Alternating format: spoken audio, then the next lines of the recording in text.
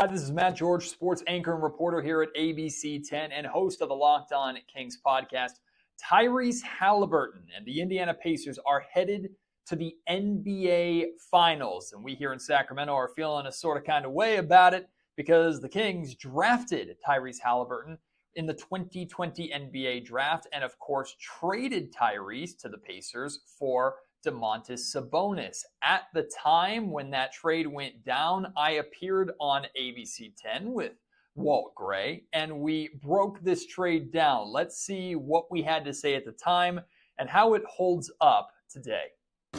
Okay, welcome back to the other breaking news this morning. The Kings have announced the trade of Tyrese Haliburton along. Okay, first and foremost, this was when I was an editor here at ABC 10. I was not yet on air, and before I had learned what a barbershop was. So forgive the look of me on camera here. I don't know how Walt put up with that. With Buddy Hield and Tristan Thompson, they are going to the Indiana Pacers for Domantas Sabonis and two other guys. Okay, so your initial reaction when I saw you, this is Matt George of the Locked On Kings podcast.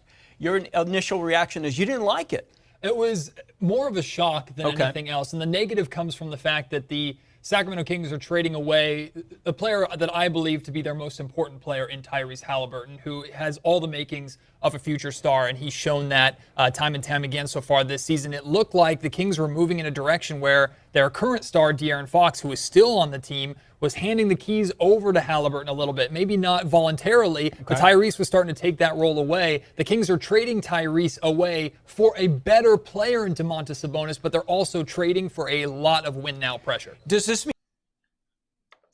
So this actually surprises me a little bit because pretty quickly this trade grew on me, especially when we started seeing the immediate results of Domantas Sabonis and the Kings having success right away. In the early goings of this trade, the Kings made it to the playoffs, their first full season of Sabonis and Fox together, while Tyrese Haliburton and the Pacers did not make the playoffs. And during that time, I highly defended the trade and called it a winning trade for the Sacramento Kings. But it's interesting that my initial gut reaction on this show is actually pretty spot on in a way, feeling kind of the negativity, the shock of you're moving on from an incredibly talented young player who has all the potential in the world that you also have full control of. And that's a big part of this conversation is the Sacramento Kings traded Tyrese Haliburton instead of De'Aaron Fox because, especially in the eyes of the Indiana Pacers, you're getting a better contract, a younger player that you have contractual control over, so you can really start to build out a long-term future. Well, it turns out the Pacers didn't take too long at all, actually, to vault themselves into the Eastern Conference Finals and now NBA Finals conversation. I mean, De'Aaron Fox doesn't get moved if you moved Haliburton. What do you think? Yeah, I don't see how you can move De'Aaron Fox. I think it's pretty clear also, Walt, that Tyrese Haliburton had more trade value than De'Aaron because Fox has been floated out in rumors all month long, and Tyrese is the guy that ends up being traded. And I thought Tyrese was the most untradeable out of the entire group. The truth is, if you're making a move like this, you're making it to keep De'Aaron. You're making it to win right now, but also Sabonis is 25 years old, a former All-Star. De'Aaron Fox is 24 years old. Okay. This is a group that can still work together long-term, but you don't have the excuse that you had before of Fox and Haliburton. Well, people are sad. Yeah, so a couple things that, you heard me mention there too, exactly what I just said about the trade value and the difference between Tyrese and his contract compared to De'Aaron Fox. Now, at the time, there's no question De'Aaron Fox is a better player than Tyrese Haliburton. But again, the Pacers are trading for longevity, not just the player and who they are right then and there.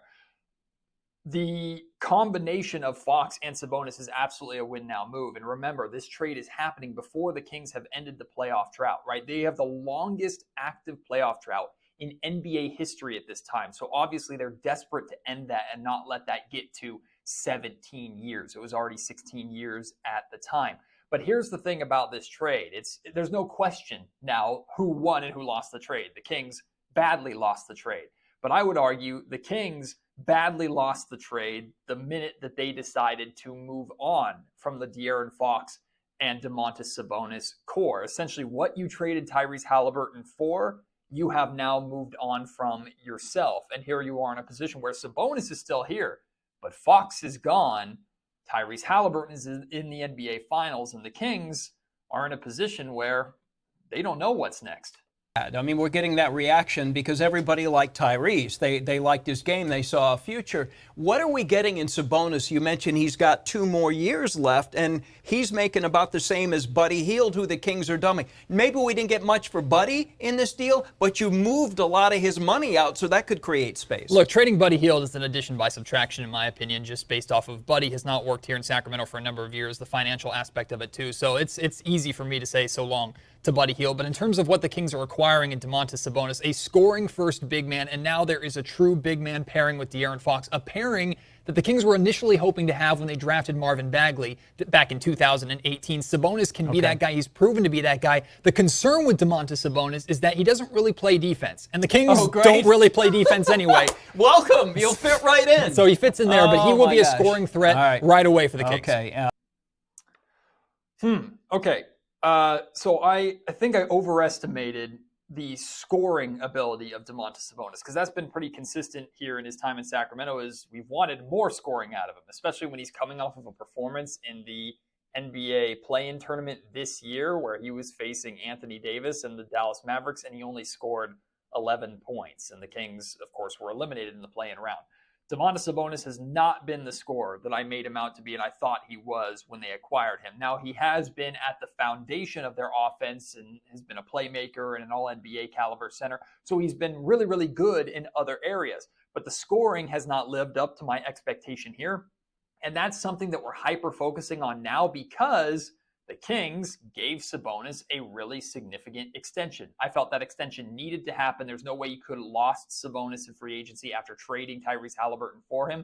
The extension needed to happen, but now he's paid star caliber money. And if you're throwing star caliber over $40 million, soon to be at the end of that contract, close to $50 million a year, if you're throwing that at a player and he struggles to score, especially in big games, maybe not the best investment. A quick question, any more trades to come, yes or no? I think the Kings are done. Oh, you think they're done? I think they're done. Okay, we'll follow that. All right. Well, so yeah, they were done at the time. Now, they did some other short-term really good moves that upcoming summer. They acquired Malik Monk, really solid move for them. They acquired Kevin Huerter that worked really, really well in the first year, and then we all know how that played out. So short-term, the Kings handled this trade really, really well. Like, they built upon this trade well, and that ultimately led to that beam team year and the 3rd seed and making it to the playoffs. The problem is the Sacramento Kings really failed to build upon that trade, and then you look at the Indiana Pacers, who acquired Tyrese and then went out and took the risk for Pascal Siakam. Look where it's gotten them. Risks and rewards. The Kings took a risk. They have failed. The Pacers took a couple of risks. They're in the NBA Finals. It's just the way the ball bounces sometimes. Kind of painful to live with, but added to the list for Sacramento Kings fans. I did more of a breakdown on this trade and the reactions to this trade and now the feelings of this trade on the Locked On Kings podcast, so you can go and check that out. And if you like this kind of content, hey, we got plenty more of it on the ABC 10 Plus streaming app.